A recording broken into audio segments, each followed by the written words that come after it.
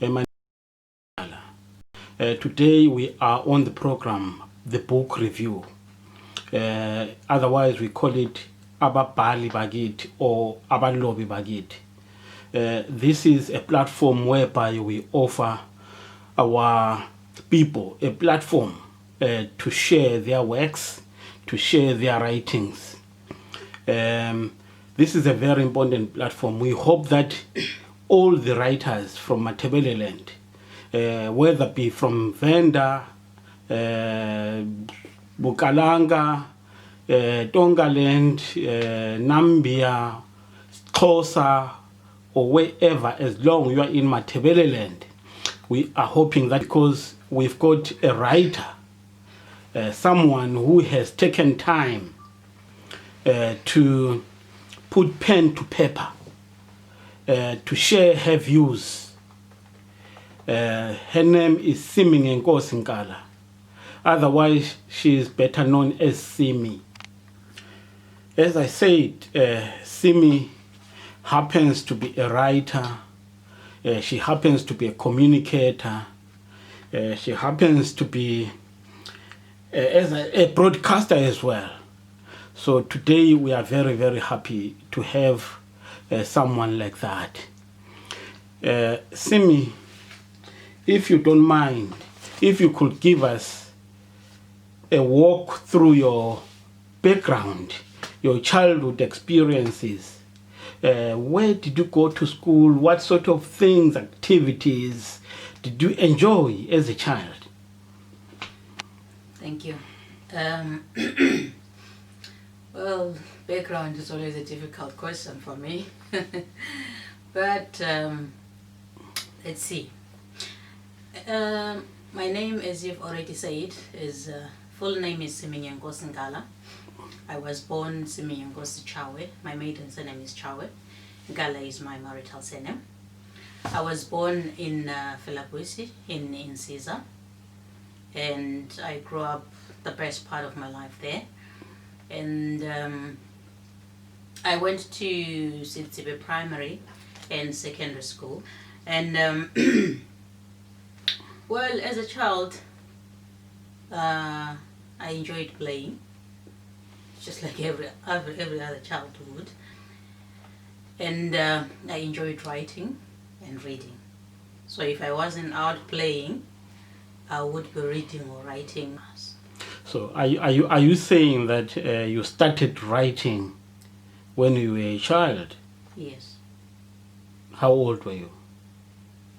Well, ever since I learned how to hold something to write with, pencil, pen, whatever it is that you may use to write, I've been writing, yes. Now, you are a writer. I've read your book. Yes. It's quite a psychological or emotionally driven book. When I was reading it, I couldn't really hold my tears back. So there were times when I really saw myself shedding tears. Yeah. Before maybe you tell us really what is the content of the book, what is the book about? Yeah. What I would really want to hear from you is what makes you write? What makes me write? Life makes me write. I'm inspired by a whole lot of things. It depends on where I am at a time, really. It could be people, it could be events, it could be nature. So many things inspire me.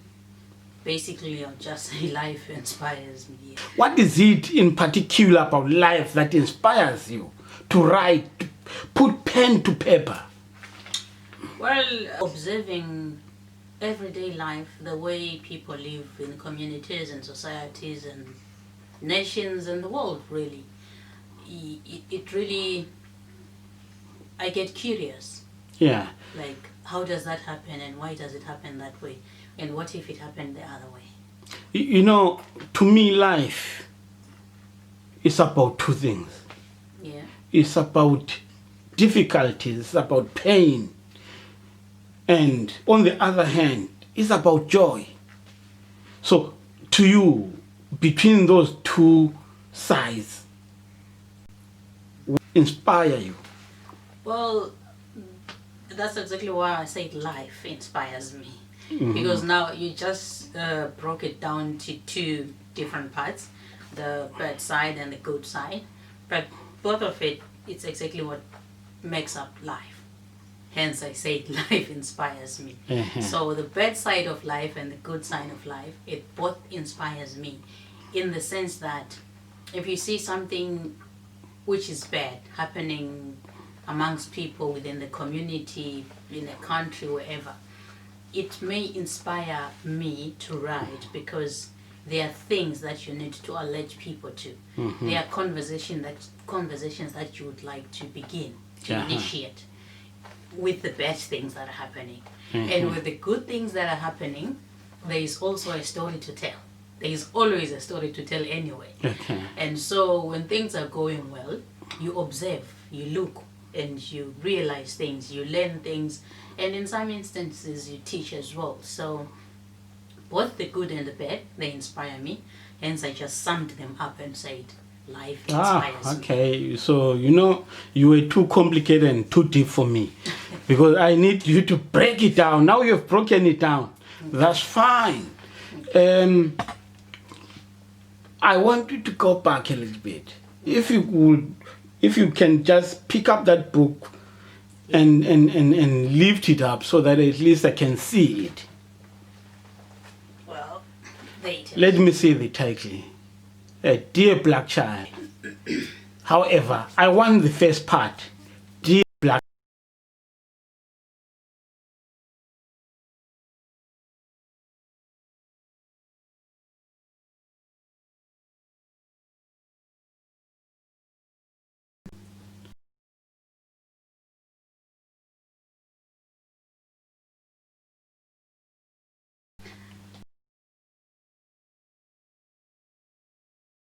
aimed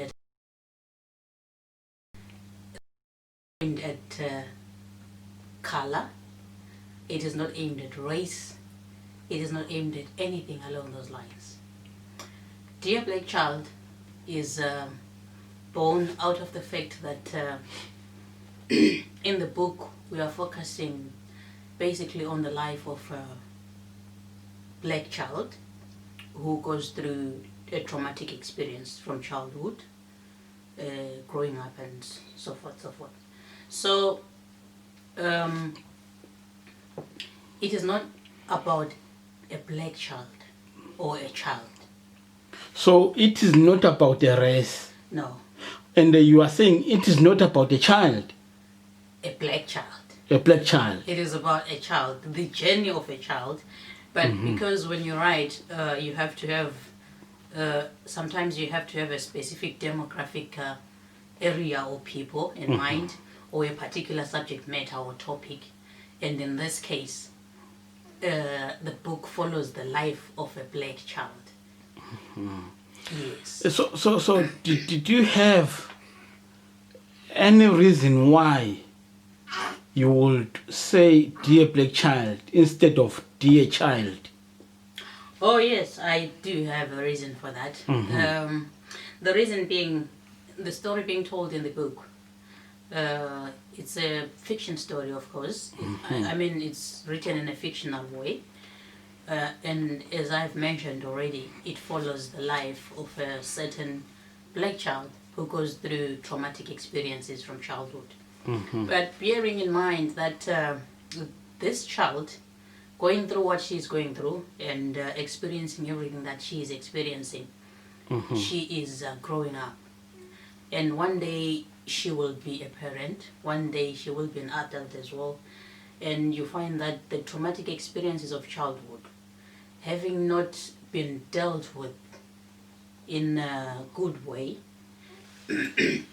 can have impact or effects in the life of this child later. How they behave, how they interact with other people, how they relate, their relationships, their life at an older age can be influenced by the things that happened or transpired during the childhood. So the book was to address such matters. However, we decided not to address them at a time where someone has grown. Yeah. We decided to go back to the roots, where it started, where it begins. Yeah. And from there, going all the way. Hence, Dear Black Child. But no, it's not a children's book. Okay.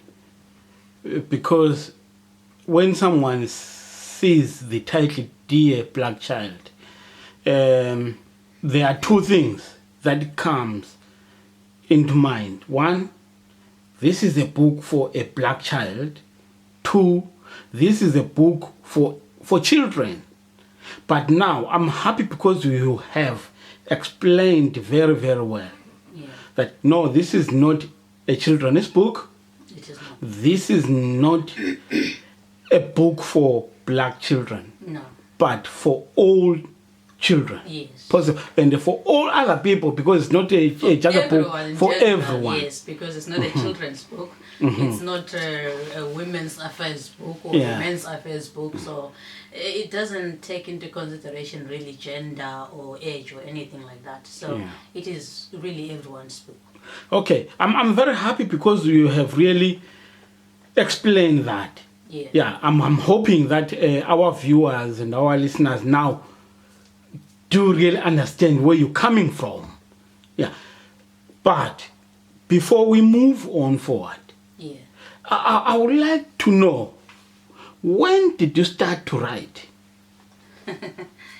When did I start to write? Yes, because writing, when you say now, I'm writing something that I want other people to read. Yes, as a child, you can write compositions, you can write stories. But when did you start to say, now I'm writing something that I want other people to read? I've always written things that I want other people to read. But I think sometimes the difference is opportunities, time, and so many other factors. However, I think it was in 2007, was it? 6 or 7, somewhere there. I think that's when my first ever fiction story, was published in a magazine that ran at the time in the city of Bulawayo, and it was called the Trends magazine. The Trends magazine? Yes. Who was publishing that? It was being published under the Chronicle newspaper, I think. Yeah. Okay. So that's when you think you started writing, but from what you have said, you have started well before that. Yeah. But for your stories to be published, yeah, that's when, maybe 2007. Yeah, around there. Do you remember your first story? Yes, my first story, which was published by the Trends magazine. It should be the one, if it's not Betrayed Friendship. Betrayed it should Friendship. Be the one that said when cousins got pregnant. Okay. Yeah, when cousin sisters got pregnant. I'm just wondering. Now you have published something. This is a national magazine. Yeah. How did you feel when seeing your written word on paper and knowing that other people are reading it as well? How did you feel? Well, it's a tremendous feeling. It really consumes you because, sometimes you do something because it's natural with you. Mm-hmm. You don't do it necessarily because you want to be amazing or you want to achieve something great or you want to go to great heights. I think that was my story. Mm-hmm. I wrote my first ever to be published story in a joking environment. Mm-hmm. Yeah, because at the time I was in school. I was studying mass communication, and I was around my classmates, Mm-hmm. and they were busy writing up schoolwork, catching up. My school was up to date, Mm-hmm. and I had nothing really to be doing at the time. So I thought, okay, I pulled pen and paper and sat there, and I started writing. it just came to mind and I just started writing. But remember, usually in my spare time or in any other time that I'm not doing anything in particular, I write. So for me at that moment, it wasn't really a breakthrough moment where you say I'm doing this and I want it to go big. I just did something that I usually do every day. Yeah. So I wrote the story. They were writing schoolwork, and school time was up. We went our separate ways. I went home. But when I went home, I was going through my schoolwork. Then this piece of paper, because I'd written it on a piece of paper, just came up, and I picked it up again. I read through, and I said, you know what, this is good. Since I feel that this is good, I'm sure someone else might feel it's good. It's worth reading. So I decided, you know what, I'm going to take this to the publishers. And at the time, I had never published anything anyway. So I just decided the publishers in town at the time, because you think, okay, what media houses are around here? Where can I go? Which one? So I decided, let me go to Chronically. I went there. So the Trends magazine, I can say I was a fan, because I read it religiously. It was a monthly edition, So every time it came out, I made sure I had a copy. So I had come to know there was a fiction story section in that magazine. That's how I went to this magazine. And I decided, you know what, I'll just pass by and drop them my story. If they publish it, then good. If they don't, well, I'll keep on writing until someday someone publishes my work. And they published it? Oh yeah, they did. It was, well, such a huge feeling, because month end came and my story was in the fiction section of the magazine. And I was in school, as I'm saying. I was in class at the time, so it was lunch break, I think. And then we went into town, because the school was in town. So we went outside, went into town, and there was the magazine. We bought a copy, and voila, the story is there. Yeah, it was beautiful. And did you show it to your friends? Not immediately, no. No, like I'm saying, to me it wasn't really a big break moment. But you know, seeing it on a magazine, knowingly that it was going to be read by a lot of people, could have meant something big. It did, but I don't know. Like I'm saying, when you do something over time, for you it doesn't become a big deal. It's something that you can do because you are able to do it. And if time and chance allows you to do it, you just do it. So for me, I did it under that same light. And when I found it in the magazine that the story they had run with the story in the magazine, I was excited. I took the magazine, I put it in my backpack, and I went back to class, because class wasn't over, it was lunch break, and then we went back. So when we went back, I just put my backpack away, and it was school as every day. After that, I went home. Hence, I'm saying I didn't immediately talk about it or show it to anyone that, look, I've done this, because to me, it really wasn't so big. But when I think about it now, I feel it should have really been so big. I don't know. It really wasn't that big at the moment, until the next morning when I went back to school. I went back to school, and the school principal had come across the magazine as well, because everybody loved the magazine. It was really a big thing at the time. And when he had gone through it, he came to me and asked me the question, did you write something? That's when it came back to me, and I said, okay, wait. From that moment going forward, it then became big. Oh, that's very, very interesting. I love that. Because see, when people around you start to be proud of you about something that you did, it is at that moment that you realize, oh, maybe I did something there. So to me it came like that.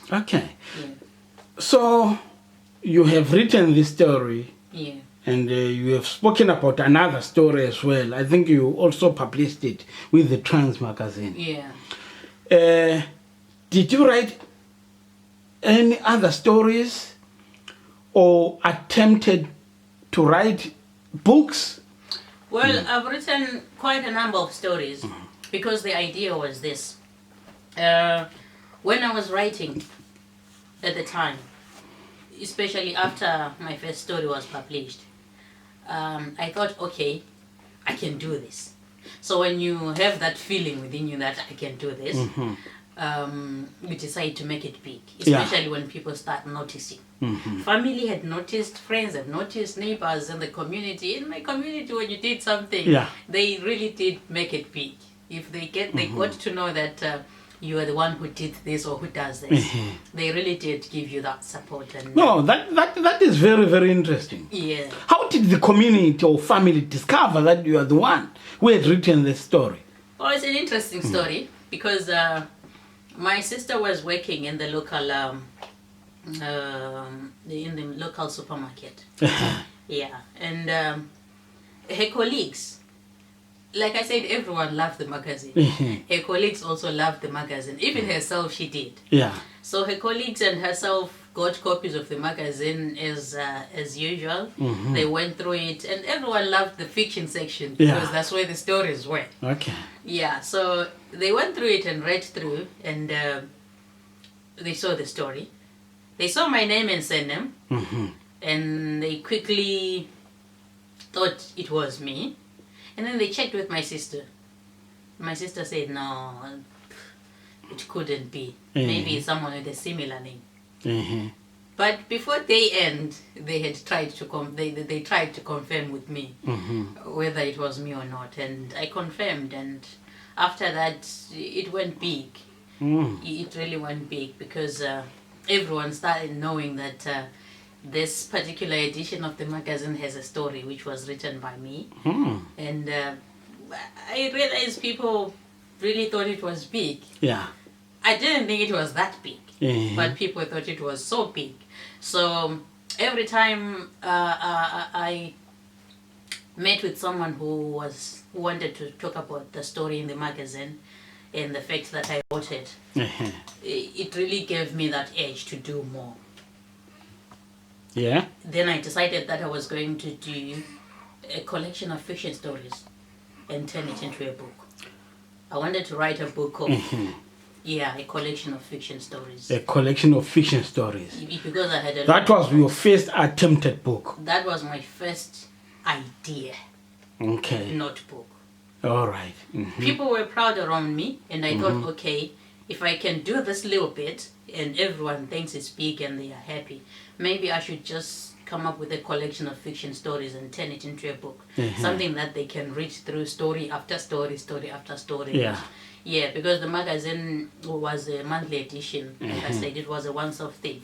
So they had to wait for it to come out. Yeah.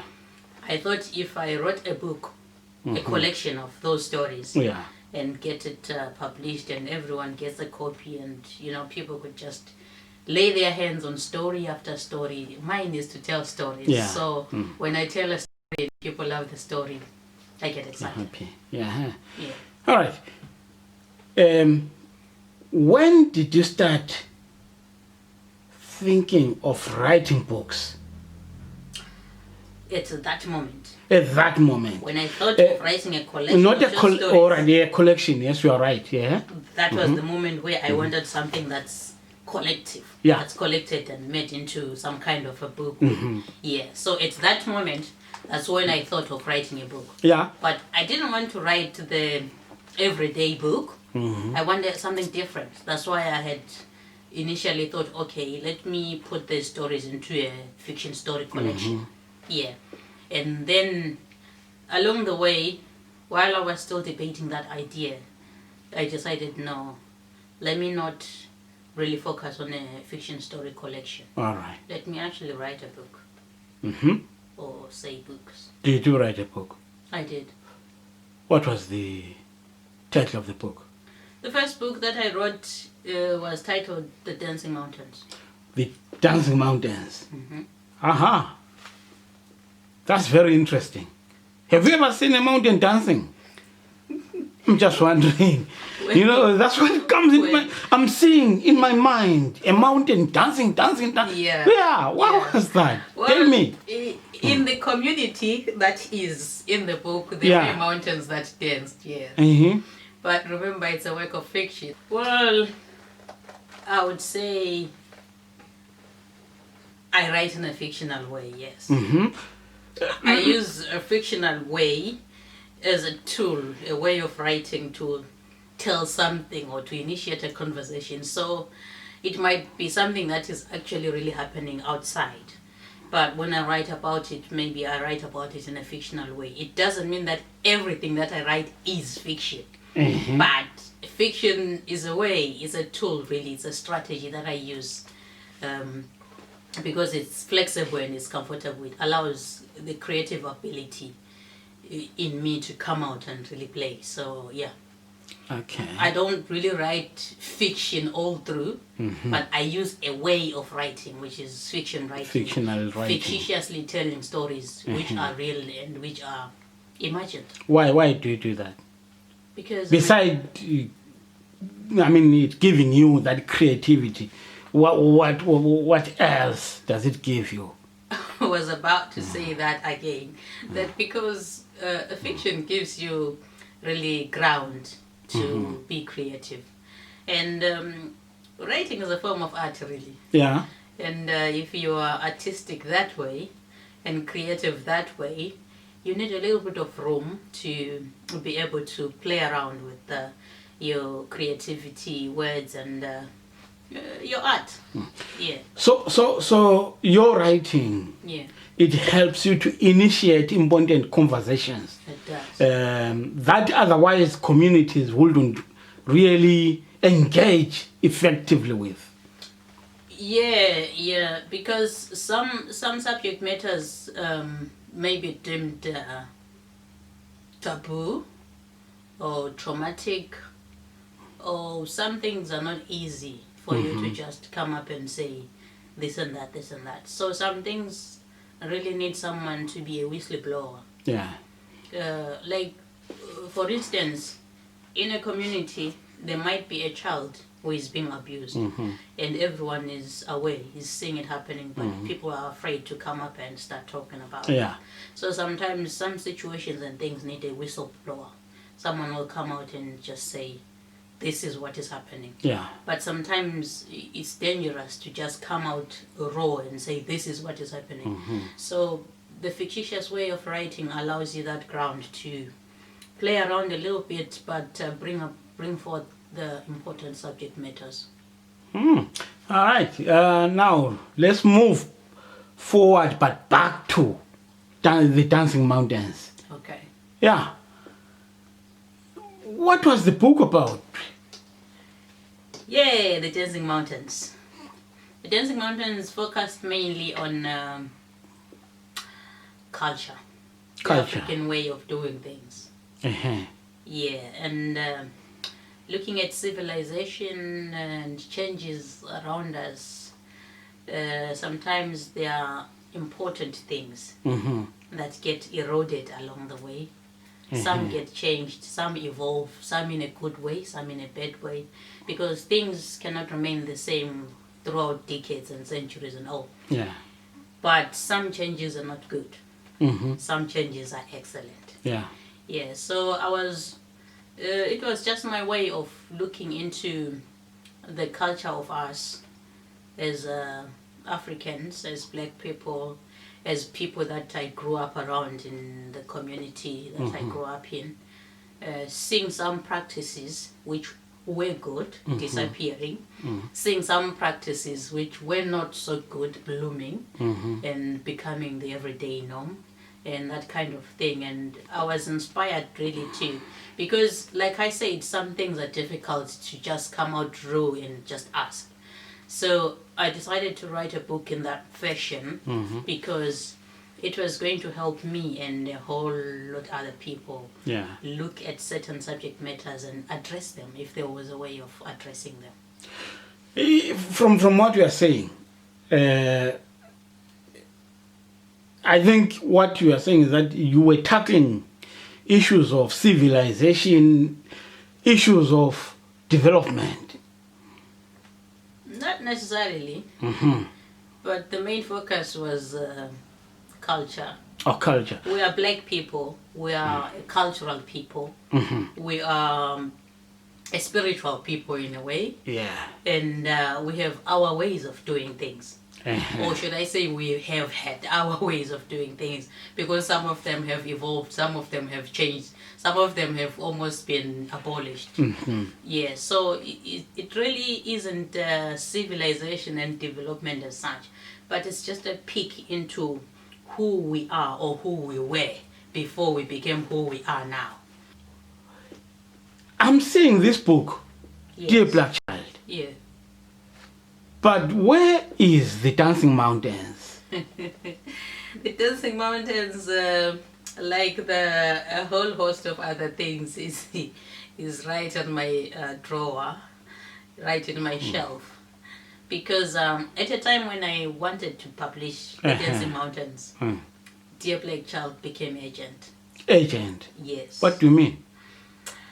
I mean, you see, when you're telling stories or when you are whistleblowing, at a particular time that you're in, when you look at two matters, they can be one of them that becomes agent, and you realize this is equally important. Yeah. It's a very, very, very good and important subject matter.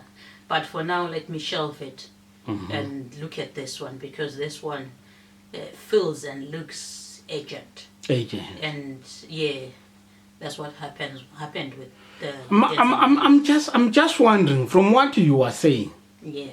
this book, Dear Black Child, it is okay. Yes. It became agent. It did. So it means there are some factors that really compelled you to publish this book before The Dancing Mountains. Yeah. What are those factors that compelled you to publish this one first? Okay. We live in a global village now. We are almost in one place, whereas we are in many different places. So, Dear Black Child, or should I say the story behind Dear Black Child, became agent in this sense. Interacting with people in everyday life, in different communities, different spaces, in social spaces, in the global village, as it is called, I learned something which became agent to me. Yeah. That there's a certain trend, a certain traumatic trend that happened or is happening in our communities. Yeah. Different as we are, in different places as we are, in different countries even as we are. But that traumatic trend, I saw it in many different places. And I realized that we needed a conversation around this subject. Yeah. Yes, so when I realized that we needed a conversation around this subject, remember, at the end of the day, it's about people. Yeah. At the end of the day, it's about wellness. At the end of the day, it's about healing. So I realized that our communities needed healing. Yeah. Yes, and I realized that our communities have had a certain traumatic trend that has presented itself almost as a certain kind of culture, and it has hung in there for generations. For generations. You find that it was there in my mother's generation. Yeah. You find that people in my mother's generation suffered the same thing. Yeah. You find that people in my grandmother's generation suffered the same thing. Yeah. But it has gone generation to generation to generation. I mean, from what you are saying now, Yes. I would like you to tell us a little bit about the content of the book. But Okay. I think it will be best if maybe you can use one of your characters Yes. in terms of narrating Okay. what this book is all about. Right. This book, Dear Black Child, it is okay. I Focus- can see you are looking at it there. I can't see it myself. Okay. Here is the book. Aha, yeah. Dear Black Child. Then if you can give us, yeah. It is okay. Yeah. Dear Black Child, it is okay. Is a story that focuses on the life of a little girl who is named Tunjana. But in this book, we refer to her as Tunjana. Tunjana grows up, or rather, she is born in the city or in the town of Filaposi. And before she turns 10 years of age, she is relocated to the city of Bulawayo, where a relative of hers, who happens to be her Aunt Maria, stays. She wasn't really well acquainted to Aunt Maria. She had heard here or there that there was an aunt of theirs who lived in the city of Bulawayo. And since she had never been to the city of Bulawayo, she didn't know the aunt nor the places she lived in. However, one day the aunt appears at the door, according to Tunjana, and when she leaves with her. Now, she goes through a traumatic experience whereby life just seems to change at a very young age. And wait, when you say she goes through a traumatic experience, yes. You mean when she has arrived at her auntie? Aunt Maria's place. At Maria's place, yeah? All right. Maybe before that, Yeah. I know that as a writer, you wouldn't want to tell us everything about the book because you want us to buy the book. But there is something that I really want you to tell us, really explain. Tunjana or Tunjana Yes. was extracted from her family, from her environment, to live with this auntie. Loaned to a relative. Loaned to a relative. If you can tell me about that practice of loaning children, and how does it really affect children being taken away from their parents, from their siblings, from their familiar environment?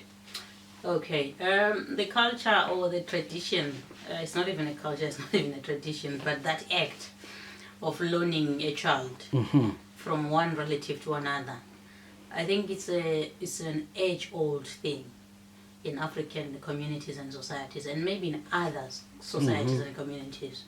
My reference will always go back to Africa because it is where I grew up.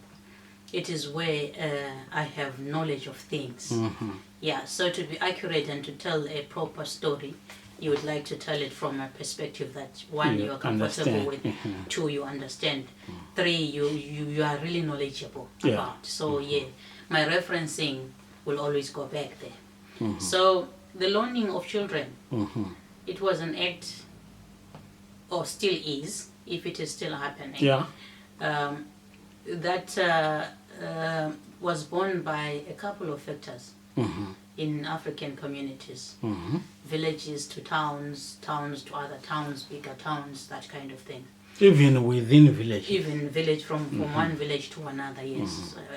What I'm trying to say is from one place to another. Yeah. It was born by a whole lot of factors, Factors like economic standing, financial situations, education, promises, and sometimes it was just greed. Yeah, sometimes it was driven by a clean heart. Sometimes it was a community's way of coming together. Because where I come from, a village raises a child. Yeah. So the expectation is that even if you take this child from here to there, she should be able to grow up there and be fine and just become whatever she's destined to become, because a village does that, raises a child. Yeah, but you have taken a child from the familiar environment, from the parents, from siblings. What does that do to a child going into an unfamiliar environment? Going into an unfamiliar environment is always a problem. It is always difficult. It always has a traumatic side to it. Yeah. Not only for a child, but even for an adult. Leaving a continent to another continent, leaving a village to another, starting life all over again is always a difficult thing. It's always traumatic. And then when it happens to a child, sometimes it is even more disastrous. Because as an adult, at least you are able to make your own decisions and you are able to make your own conclusions, weigh situations, decide where to go, what to do, when and how. But as a child, you are told, go there, do that, and that kind of thing. So from what we are saying, you mean a child would feel unwanted, feel unloved, feel rejected by its own parents? In most cases, yes. And that is very traumatic. It is, because as a child, you want to be loved. Yeah. You want to feel and to know that you are actually loved, you are worth something, and you want to make your parents proud. Yeah. Not only them, your siblings, your friends, your community, everything. So, as a child, when you are given away, it comes with a notion of saying, they don't want me. Yeah. They don't care about me. Yeah. They just can throw me anywhere, anyhow, and it's fine. That on its own is a traumatic side. From there, if you really don't mind, maybe if you can read us from just a piece from your book. Okay. Yeah. Anywhere where we just open the book and read to us. Okay. Yeah. Yeah, well, I would refrain from saying I'm not a good reader, because a couple of people have told me from my last reading that you are a good reader. That I shouldn't be saying I'm not a good reader, I'm a good writer. So I would pick a random page as a norm, and you will have to buy the book to find out what had happened before we got to that random page which I picked. And today I'll just pick page 112. Okay. 112, yeah. And I won't read much. I'll just read 1 or 2 pages and stop there. That's fine. All right, it goes like, life continued, and one day I bumped into Temba. Ah, Tunjana, is that you? You're looking good, he said, happy to see me. Was I looking good, or he was just imagining it? Hi, Temba, how are you?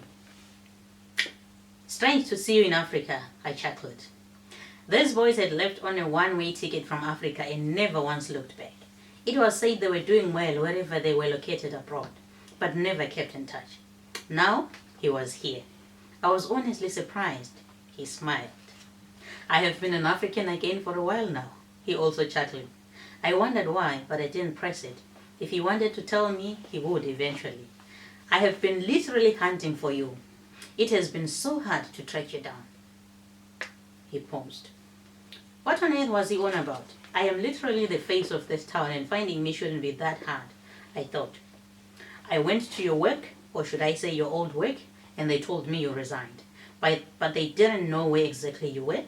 Imagine, they refused to give me your contacts, or even home address, even after I had told them I was your older brother. He was serious, but I found it funny, so I laughed. I see you have jokes. Why on earth did you even go to my old workplace? Who even told you I worked there? You are supposed to be abroad, I said. Our mother told me, and she sent me looking for you. It has been very hard lately. He paused, and I could see he was battling tears. That was serious. From the little I had known of him, I had never seen him cry or show any emotion for that matter. He never referred to his mother as ours, and anyway, what was the meaning of that? Maybe something had happened. I started getting heart palpitations. But hey, I am Tunjana, the woman who never breaks, especially not in front of someone. Hey, Temba, hold on now, will you? I said, trying to sound calm. I held out a hand and touched his shoulder. Did something happen at home? Are you okay? I mean, is Ma okay? Speak now. What is the matter? I was raining questions on him at the same time trying to sound tough and calm. No, Tunjana, Ma is not fine. She has been ill for a while now and she is losing her memory. But of all things and people, she keeps asking for you. When I first came, she told me you had been around and you worked where I went to look for you. After a while, when you wouldn't come, she started asking me why you were not coming anymore. I had no idea, obviously, and that is when she sent me to look for you and bring you home before something happens to her. She speaks of you endlessly, and sometimes she speaks to herself, asking you to forgive her. We have been to hospitals, doctors, and so forth. No one seems to know what is wrong with her. The problem began when Dad passed on, and she couldn't even sleep. She began to talk endlessly to herself, and at most she speaks of you. Believe me when I say I have tried looking for you. I even went to the flat where you used to live. They told me Simo left after the passing on of your mother and you remained, but also left after a while when you bought your own house, but they didn't know where that was. That was too much evidence. This guy had been running around. Quick, get into the car and let's go and see Ma, I said. I just reacted, and that was all I could say, and so we sped towards Ascot. That evil man was gone, but I wasn't relieved. That bastard I wished dead many times was no longer there, but I didn't feel any difference. I guess there was no justice, even in death. Along the way, I asked what had happened, and Temba told me he had been ill for a while. Apparently, he had been asking about Simo and I all the time. He had mumbled some things they couldn't hear before he died. It seems like of late I had become famous, except that I was famous on the deathbeds of my abusers. The people who had stolen so much from me and buried so much in me while I lived. I didn't feel any difference about their death, but I sure didn't want Ma to die. Well, at least she shouldn't die mumbling my name too. There was no way of locating Simo, as I hadn't heard from her in a long while now. We lost contact when she first arrived abroad. We waited until she suddenly went quiet. The number I had no longer worked, and I had no way of finding out what happened to her. When we reached home, there was an ambulance and the kind of activity you don't always like to see. Ma's condition had deteriorated and Temba's wife couldn't reach him on his cell phone. So she called the ambulance, but we got there nearly at the same time with it. Ma managed to recognize me, and after summoning enough strength, she did say the sorry word. I spoke something, but I do not know what I said, as the ambulance made its way through the palm trees, rushing to the United Bulawayo hospitals. I was in it, sitting opposite Temba and crying. My tears flowed freely while I tried to uphold a smile. She looked up and I smiled. She said, "You turned out better than me. I am proud of you. Live well." Turned out better? She sure was out of her mind, I thought as I smiled at her again. She opened her eyes again, evidently in great pain, and said to Temba, "Thank you." He was emotional, and I guess he had granted her the last wish she had asked for so long, to see me before she died. I just sat there as the ambulance sped off, its deafening sounds competing for attention. That was the last trip she ever made alive in a car. She passed on the same morning as soon as we arrived at the hospital. I was numb. I had anger, which was coated with pain, and I was feeling sorry. All of those emotions mixed up failed me. I didn't know how to feel. Wow. That is great. You are indeed a great writer and a great reader as well. Thank you. It is okay. If you can explain to us what's the significance? What does that mean really? We have talked about trauma, or, difficult situations. Yeah. Yes. Okay. Dear Black Child, it is okay. If you look at the title, you would realize that it is okay as a broken line, then it is okay, another broken line. Well, that signifies the fact that before we get to the part where we say it is okay, there is a whole lot of story before that. And when we get to the part where we say it is okay, there is still a whole lot of story. Because life is a journey. Yeah. Or should I say Tunjana's life was a journey. A journey. Yes, it was a journey. So it is okay looks at the fact that we're talking about someone who's been through a lot. Growing up away from home, new environments, abuse, a whole lot of difficulties, but she made it anyway. So we are looking at everything that happened to her at a time when she was powerless. Because I said, dear black child, looks at a time where someone is a child and they're going through things.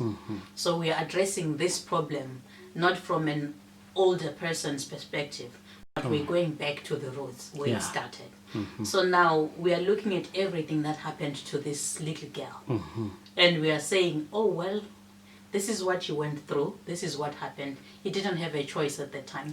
You didn't understand anything. You were just told what to do and you did what you had to do. But you didn't die. They say what doesn't kill you makes you stronger. So now you are still here, even after everything that transpired. So, hey, it is okay is meant to give strength. It is meant to remind oneself that you've been through so much, but it is okay. Not as an okaying it, that it is really okay, it should have happened. No, it did happen anyway. And since it did happen, and you went through it the way you did, here you are today. It is okay. It is okay is born from the fact that you don't necessarily have to turn into a monster. Because you were abused, you don't necessarily have to turn into an abuser tomorrow. Because you were unfairly treated, you don't necessarily have to unfairly treat people as you go along, as you go. So it really happened to you, and it was traumatic, it was difficult, it was this and that. If, like for those people who really went through real life trauma, if it happened to you, you are the only one who really knows how difficult it was or how you handled it. But here you are, you can still start again. You may have grown, you may be still growing, you may still be little somewhere and people taking advantage of you, abusing you, using you, or those kind of things. Because when you're taken from one place to another, really, you don't know what will happen to you where you are going. The people that you left behind can only hope that where you are going, things are going to turn out well. Yes. So it is okay. Is that kind of a phrase that is meant to give strength to Tunjana in this book, but it can be to you, and you. Because trauma is real. Those are the things that happen in real life, in everyday life. So it is okay. Just like Aunt Maria said to Tunjana in the book, to the letter that she wrote to Tunjana in the book, is almost nearly a way of saying, no matter how long you have traveled in the wrong path, you can still turn around, U-turn, start again, and make it great. So, you can still make it great. Yes, you can still make it great. Yeah, that's wonderful. And I think it's always inspiring to talk to writers because they come with these ideas that inspire my thinking, So really, I'm really grateful that you gave us this opportunity to talk to you and for you to talk to the people. Maybe to conclude, do you have anything else that you would like to share with the people? I'm of the thought that the people of my generation, or the people of that generation that I came out of, will relate better with some of the things that are addressed in the book Dear Black Child. However, everybody can relate. It is really a simple, it is an easy book. It is not written in difficult English language. It is not written in any complex way. It is just a simple book that is written to address certain matters that as you read, as you go through the book, you'll realize that some things need to change. Some things changed, but we're not supposed to change. Or rather, we're better off without changing. Because as a people, our way of doing things, our way of interacting with other people, I'm from a community with the spirit of Ubuntu, which is humility, which is oneness, which is togetherness. So, yeah, those kind of things are supposed to live long. They are not supposed to be short-lived because of civilizations, changes, things that happen in everyday life and in the community that causes things to change. So go out there, buy yourself a copy, read about the life of Tunjana and her siblings and her family, growing up, being born in the village, township, and being taken away to the city, to a relative where she begins to work as a maid there, and things change. The promises that were given to her family when she was taken, they don't immediately materialize. And that's where the roller coaster begins.